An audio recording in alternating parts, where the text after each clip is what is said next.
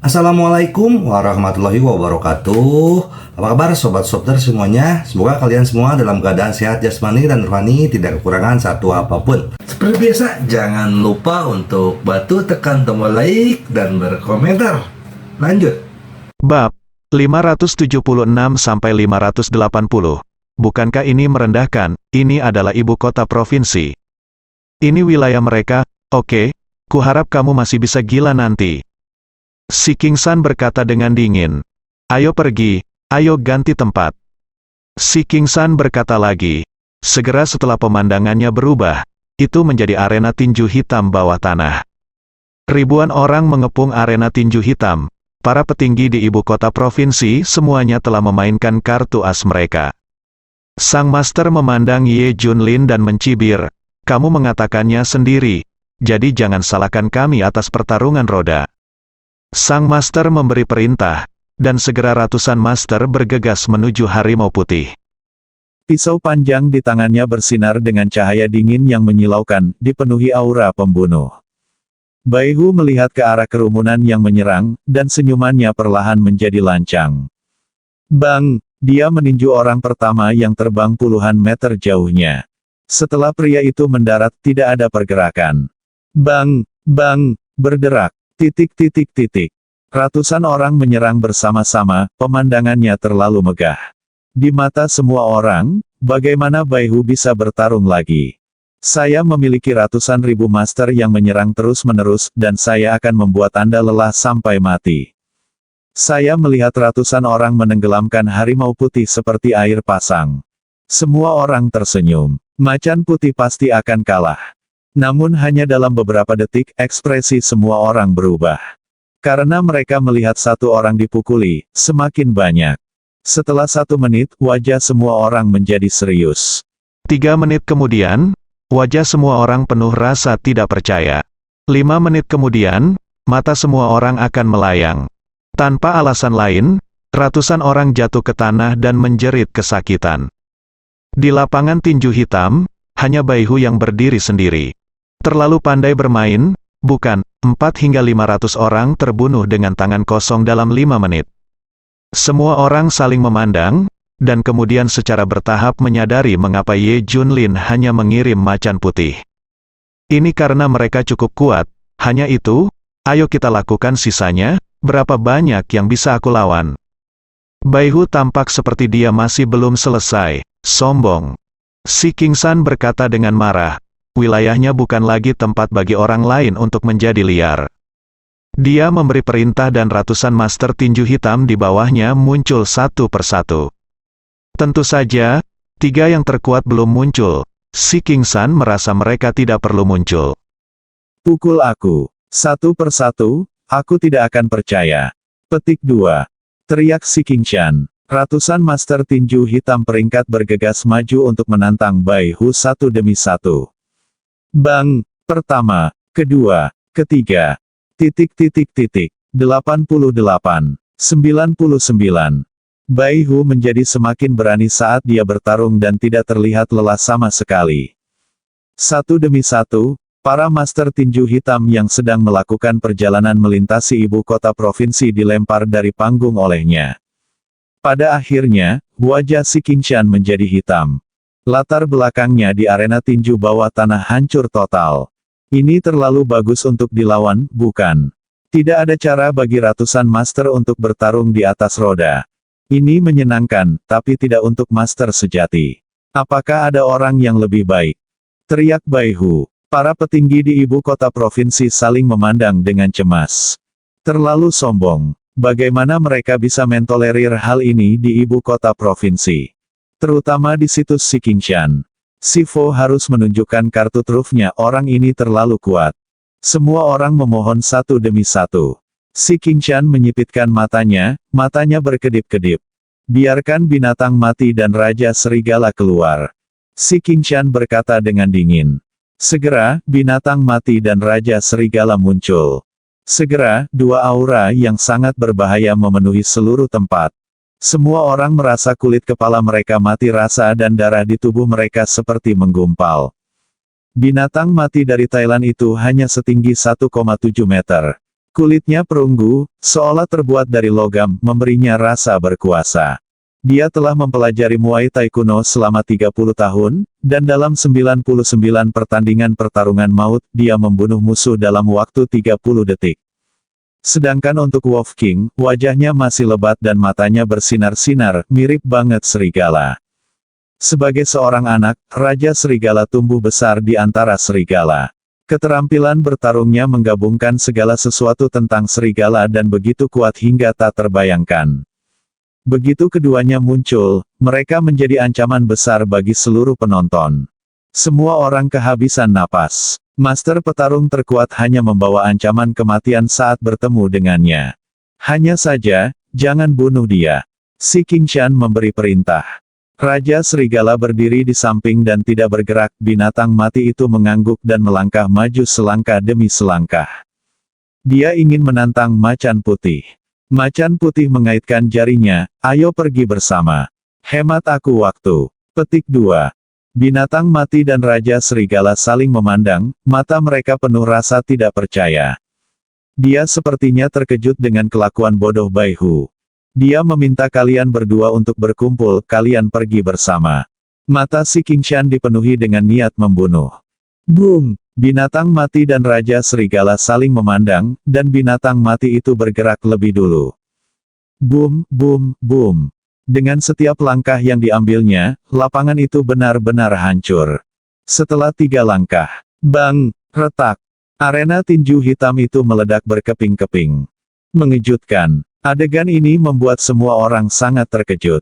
Semua orang tahu kalau lapangan tinju hitam itu terbuat dari bahan khusus, tapi hancur oleh kakinya. Kekuatan mengerikan apa yang harus dia miliki. Binatang buas yang mati itu datang ke depan harimau putih dalam sekejap, dan dia membanting lututnya ke arah harimau putih itu. Lutut ini jelas sebanding dengan kecelakaan mobil. Kekuatan benturannya pasti tidak terlalu besar, mobil sport itu menabrak kereta beberapa ratus yard. Hampir seketika, Raja Serigala juga bergerak. Wow!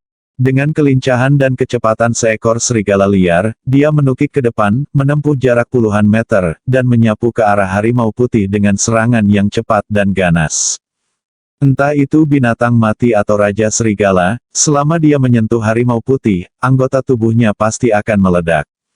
Keduanya adalah jurus membunuh yang paling kuat. Selama bertahun-tahun, mereka telah lama menjadi mesin pembunuh. Yang dia pelajari setiap hari adalah bagaimana membunuh orang dengan cepat dan efektif. Sangat menakutkan. Merasakan Raja Serigala dan binatang mati sudah dekat, harimau putih tersenyum. Bang! Tinju kirinya mengenai lutut binatang mati itu. Tinju kanan mengenai cakar tajam Raja Serigala. Mencari kematian. Apakah ini memukul batu dengan telur? Menurut pendapat semua orang, ini adalah tindakan yang melampaui batas. Bang! Harimau putih itu meninju lutut binatang yang mati itu. Retak! Segera, lutut sekeras emas itu meledak. Puff! Seluruh tubuh binatang mati itu terbang keluar. Ledakan! Macan putih meninju Raja Serigala begitu keras hingga seluruh lengannya terpelintir dan berubah bentuk, dan dia berlutut di depannya. Dalam sekejap, semua orang yang hadir tercengang. Melihat ke lapangan dengan tidak percaya. Dua dewa perang yang tidak pernah kalah dalam 99 dan 100 pertandingan, dikalahkan oleh sebuah tim. Wah! Jeritan binatang mati dan Raja Serigala membawa semua orang kembali ke dunia nyata. Keduanya hilang. Si King Shan tidak bisa duduk diam lagi dan berdiri. Apakah ini terlalu kuat? Ye Junlin juga tersenyum. Dengan saudara-saudaranya di sini, dia tidak perlu mengambil tindakan. Invincible benar-benar sepi. Berapa banyak dari kalian yang masih punya? Berkumpullah, jangan buang waktu. Kata-kata Ye Junlin benar-benar membuat marah si King Shan. Dia meraung dengan marah, kemarilah, tolong undang Yama, Dewa Perang. Ketika Cao Hui pergi, guru dan yang lainnya sangat bersemangat. Orang yang sangat kuat akan datang, boom. Ketika bayangan hitam melangkah maju, tekanan seberat gunung Tai memenuhi udara. Yan Luo God of War ada di sini. Ia bukan hanya pemegang rekor kompetisi pertarungan maut, tapi juga dewa perang di negeri serigala. Identitas sebelumnya tidak penting, yang terpenting, dia adalah dewa perang di suatu negara. Di zaman kuno, itulah jenderal yang tak terkalahkan.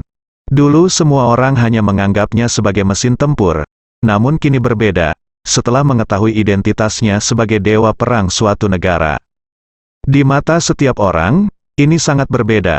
Ketika Anda datang ke dunia sekuler dan bergaul dengan orang-orang biasa, Anda seperti dewa. Dewa perang Yama berpenampilan sederhana, memakai kaos hitam dan topi. Yang menakutkan adalah dia memakai topeng setengah serigala. Begitu dia muncul di atas panggung, fokus penonton tertuju padanya. Dewa perang Yan Luo datang ke lapangan selangkah demi selangkah. Suhu di lapangan turun tajam, aura pembunuh yang luar biasa menghampirinya. Begitu orang-orang biasa ini bersentuhan dengan nafas ini, nafas mereka menjadi cepat, bahkan tercekik, wajah mereka menjadi pucat, dan mereka hampir terlihat seperti sedang sekarat. Ini adalah momentumnya, dewa perang suatu negara setidaknya harus mampu membunuh ribuan orang. Itulah semangat pembunuh yang diasah di medan perang. Itu bukanlah sesuatu yang bisa dibandingkan dengan master pertarungan biasa. Begitu mereka melihat dewa perang Yama keluar, si King San dan yang lainnya langsung menjadi bersemangat. Maafkan saya, jika macan putih bisa bertarung lagi, apakah dia bisa menjadi lawan dewa perang Yama? Bunuh dia, dan aku akan menghadiahimu 1 miliar. Si King San berteriak, saya akan menambahkan 100 juta.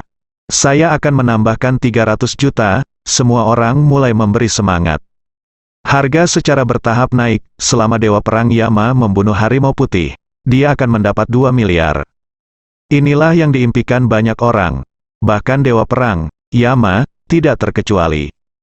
Matanya berbinar tajam, untuk uang ini, dia akan bertemu dewa dan membunuh dewa, melihat Buddha dan membunuh Buddha. Di mana dia? Dewa perang Yama bertanya dengan suara rendah. Semua orang menunjuk ke arah Baihu. Dewa perang Yama berjalan menuju harimau putih selangkah demi selangkah. Dia memancarkan aura berbahaya, seolah-olah Shuro terlahir kembali dari neraka.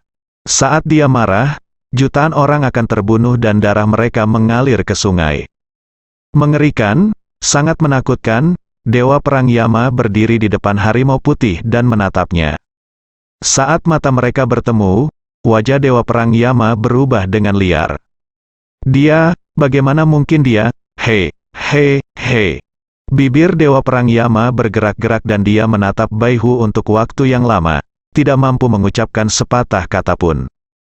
Dia tidak bisa melupakan orang ini. Malam itu, pria ini dan 18 kavaleri kesengsaraan surgawi, yang berjumlah total 19 orang, pertama kali mengalahkan puluhan ribu pasukan kerajaan serigala miliknya secara langsung. Kemudian, 19 orang memasuki negara serigala dan tidak terkalahkan, menyapu seluruh penjuru. Dalam semalam, negara serigala hancur. Sebagai dewa perang kerajaan serigala, dia juga dikalahkan dan hanya bisa menyaksikan negaranya dihancurkan. Dewa perang Huaxia Kunlun adalah hal paling menakutkan yang pernah dia lihat. Bawahannya bahkan lebih berani dan pandai bertarung, tak terkalahkan di dunia. Terutama orang di depannya yang membayangi dirinya selama sisa hidupnya. Itu adalah mimpi buruknya, itu akan menghantuinya seumur hidupnya. Sekarang setiap malam aku bermimpi. Itu adalah pemandangan kerajaan serigala dihancurkan malam itu, dan wajah kejam Raja Perang Macan Putih muncul. Setiap kali saya bermimpi, saya terbangun dengan ketakutan. Orang itu terlalu kuat, dia tidak bisa melupakan adegan seorang pria menerobos kamp berpenduduk 10.000 orang dan saling membunuh. Hari ini, dia benar-benar melihatnya di sini. Dia mengerti bahwa faksi Dewa Perang Kunlun terlalu kuat. Beri dia waktu 100 tahun, dan dia tidak bisa membalas dendam. Sekarang dia hanya bisa terus berpartisipasi dalam kompetisi pertarungan untuk melampiaskan emosinya. Perlahan-lahan menumbuhkan dan memoles bayangan yang dibawa oleh Dewa Perang Kunlun kepadanya. Dia tidak pernah menyangka akan bertemu dengan Raja Perang Macan Putih. Benar, 5 Raja Perang Tiongkok hampir tidak dapat dipisahkan dari Dewa Perang Kunlun. Raja Perang Macan Putih ada di sini, yang berarti Dewa Perang Kunlun juga ada di sini. Dia melirik dan melihat Ye Junlin duduk di belakangnya. Boom, pada saat ini, Dewa Perang Yama sedang pusing. Penglihatannya hampir menjadi gelap dan dia hampir pingsan. Melihat Ye Junlin menoleh, nafas Dewa Perang Yama tersendat dan dia hampir tercekik. Dalam sekejap, seluruh tubuh bersimbah keringat dingin dan gemetar tak terkendali. Plop, Dewa Perang Yan Luo tidak bisa mengendalikan kakinya, dan berlutut tepat di depan Raja Perang Macan Putih. Suaranya cukup keras untuk didengar semua orang. Adegan ini mengejutkan penonton, tidak ada yang mengharapkannya. Bahkan Ye Junlin dan yang lainnya pun terkejut. Apa yang terjadi dengan anak ini? Bukankah dia datang untuk melawan Harimau Putih? Mengapa dia berlutut begitu mereka bertemu? Mereka yang tidak dapat memahami adegan ini adalah Si King San dan yang lainnya. Apa yang terjadi dengan Dewa Perang Yan Luo? Bagaimana Anda berlutut di hadapan musuh? Apa yang telah terjadi? Apakah ini palsu? Apa yang saya lihat? Semua orang menggosok mata satu demi satu, bertanya-tanya apakah mereka salah membacanya. Inilah pemain terkuat di kontes kematian Asia, tidak ada kekalahan dalam 188 pertandingan. Tidak ada yang namanya lawan. Mengapa Anda berlutut ketika melihat seseorang? Mereka tidak mengerti, tapi Bai Hu perlahan mengerti. Begitu Yan Luo Dewa Perang memakai setengah topeng serigala. Tapi Bai Hu masih mengenalinya, dari mata dan nafas. Apakah kamu Dewa Perang Yama dari Kerajaan Serigala? Bai Hu bertanya ragu-ragu. Dewa Perang Yama mengangguk dan berteriak, Jenderal Kerajaan Serigala yang kalah memberi penghormatan kepada Dewa Perang Kunlun dan Raja Perang Macan Putih. Semua orang terkesiap. Mendengar teriakan Dewa Perang Yan Luo, semua orang tercengang. Dewa Perang Kunlun, Raja Perang Macan Putih. Tentang apa semua ini? Semua orang tidak dapat memahami maksud Yan Luo God of War untuk sementara waktu. Setelah mendengar teriakan Dewa Perang Yan Luo, Ye Junlin menggosok pelipisnya tanpa daya. Kali ini ketika dia datang ke ibu kota provinsi, dia berencana untuk tidak mengungkapkan identitasnya. Jadi dia menggunakan kekerasan untuk menyelesaikan kekacauan di ibu kota provinsi. Tapi tidak mungkin membayangkan negara serigala yang kalah telah muncul. Bukankah ini mengungkap identitasnya? Sulit. Ye Junlin tersenyum tak berdaya. Dewa Perang Yan Luo, apa yang kamu lakukan? Cepat bunuh dia. Si King San berteriak dengan cemas. Ya, apa yang kamu lakukan? Berlutut untuknya. Semua orang tidak bisa mengerti dan melihatnya dengan tidak percaya. Dewa Perang Yan Luo tidak berbicara, tetapi melihat ke arah kerumunan, dan perlahan melepas setengah dari topeng serigala. Baru saat itulah semua orang melihat seperti apa rupa Dewa Perang Yan Luo di separuh wajahnya. Bekas luka yang saling bersilangan itu sangat menakutkan. Dewa Perang Yan Luo berkata dengan suara rendah, apakah kamu tahu siapa yang meninggalkan bekas luka ini padaku? Semua orang di Si King San melihatnya dengan wajah bingung dan penasaran. Itu adalah Raja Perang Macan Putih di depanku, yang menyerahkannya kepadaku dalam perang menghancurkan negara serigala. Kata Dewa Perang Yan Luo, Bum, apa? Kerajaan serigala sedang berperang. Mungkinkah Dewa Perang Kunlun? Ekspresi semua orang berubah dengan liar. Baru saat itulah aku sadar satu persatu. Baru saja Dewa Perang Yan Luo disebut Dewa Perang Kunlun dan Raja Perang Macan Putih. Kamu sangat berani, kamu berani menyentuh siapapun. Dewa Perang Yama tiba-tiba mengangkat suaranya, dengarkan. Orang yang berdiri di depanku adalah Macan Putih. Salah satu dari 5 Raja Perang Tiongkok, dialah yang orang yang membunuhku hari itu negeri serigala. Dewa Perang Yan Luo memandang Ye Junlin yang duduk tidak jauh dari situ. Yang manakah dunia yang tak terkalahkan? Mimpi buruk semua negara, dan Raja Iblis besar di mata para prajurit Dewa Perang Kunlun Tiongkok.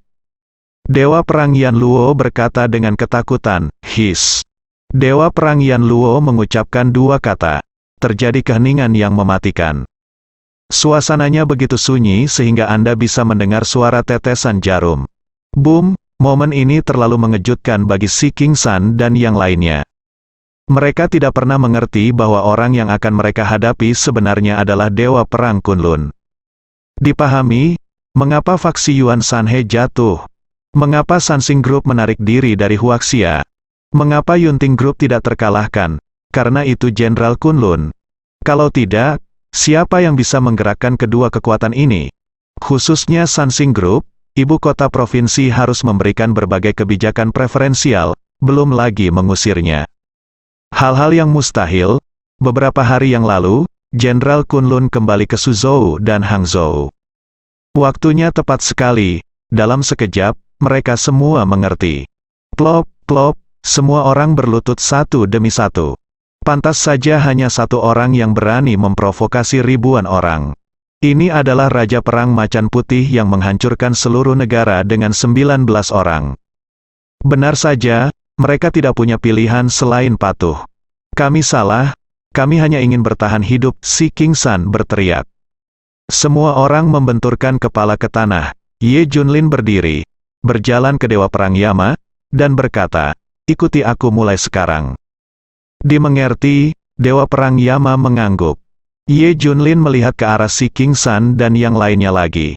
Kenapa aku menginginkan hidupmu? Sekarang kamu harus bersikap patuh, dan jangan menyentuh barang-barang yang bukan milikmu. Aku tidak peduli siapa di belakang panggungmu. Jika kamu tidak menerimanya, kamu bisa bertanya padaku menyentuhnya.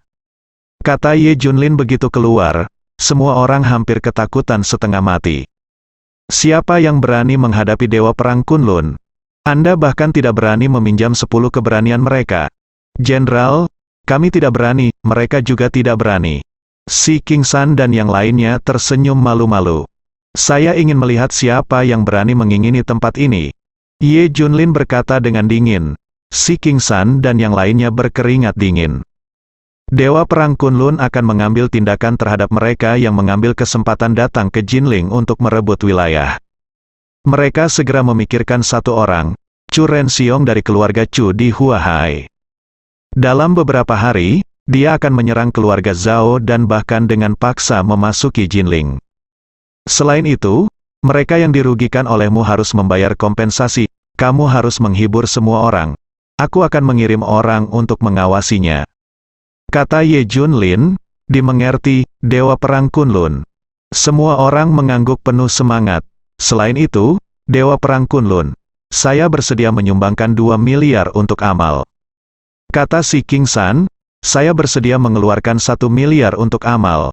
Yang lain juga berkata satu demi satu. Tak lama kemudian, puluhan miliar dana amal tiba. Semua pemimpin di ibu kota provinsi terkejut. Dia layak menjadi Dewa Perang Kunlun. Masalah kerusuhan di ibu kota provinsi diselesaikan dengan satu tindakan. Bahkan menggalang dana amal puluhan miliar sekaligus. Benar saja, orang yang kejam membutuhkan lebih banyak orang yang kejam untuk memperlakukan mereka, bukan? Semua orang tertawa, hari lain berlalu. Ye Junlin tidak pernah muncul. Masih tidak bisa menghubungi, sejujurnya, Li Ziran sedikit panik. Dia tidak khawatir Ye Junlin melarikan diri, tapi dia terutama khawatir tentang sesuatu yang terjadi padanya. Saat keluarga Zhao sedang sakit kepala, Zhang Wentao datang. Wentao, bagaimana kabarmu? Wu Mulan bertanya dengan penuh semangat. Nenek mengecewakanmu? Aku mencoba yang terbaik. Zhang Wentao tampak sedih, merasa tidak berdaya. Ah, berita ini merupakan pukulan besar dan berat bagi keluarga Zhao. Zhang Wentao adalah satu-satunya harapan mereka. Apa yang terjadi dengan Wentao? Wu Mulan bertanya dengan gugup. Tanpa sadar tubuh itu bergetar, bersambung.